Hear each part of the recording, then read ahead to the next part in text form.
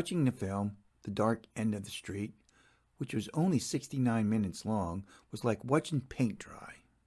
I don't want to be mean, but damn, what makes me angry was the acting was good, but the story was terrible.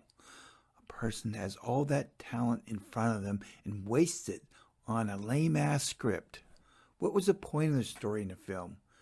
Showing how different lives are intertwined with each other without them knowing it by one entity? Well, maybe I answered my own question. The director for the film, The Dark End of the Street, was Kevin Tran. Kevin is also a writer and editor.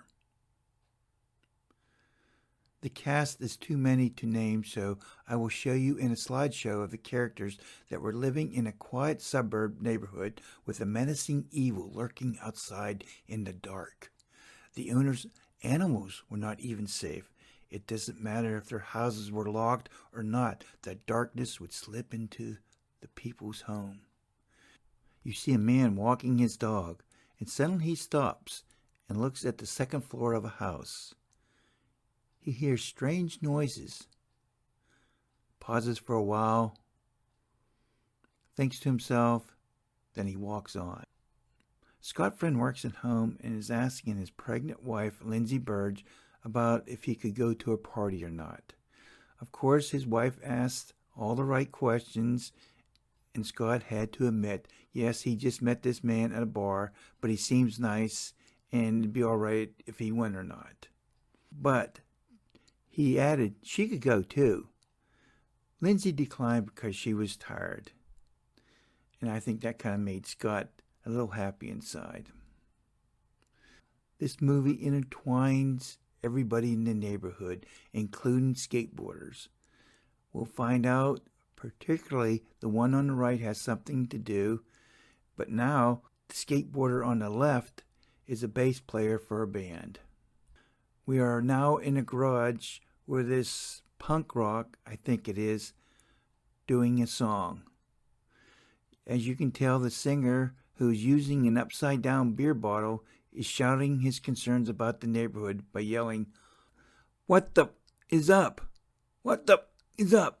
And that's all he says. If you take notice, the bass player in the middle was a skateboarder.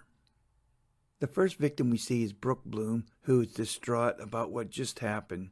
She has always been a lonely woman, but now she needs some comforting. Anthony Chisholm lives across the street from Brooke and is a good friend to her.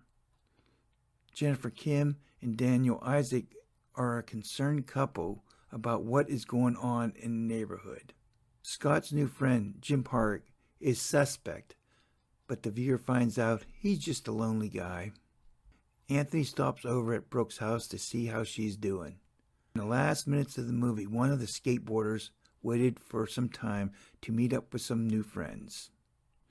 Maybe the man walking his dog discovered the real darkness end of the street. Out of 10, I give this film a 6.8. That is a D+ in my world. It just didn't hold my attention that long. It was boring as hell. Thank you for commenting, and thank you for subscribing.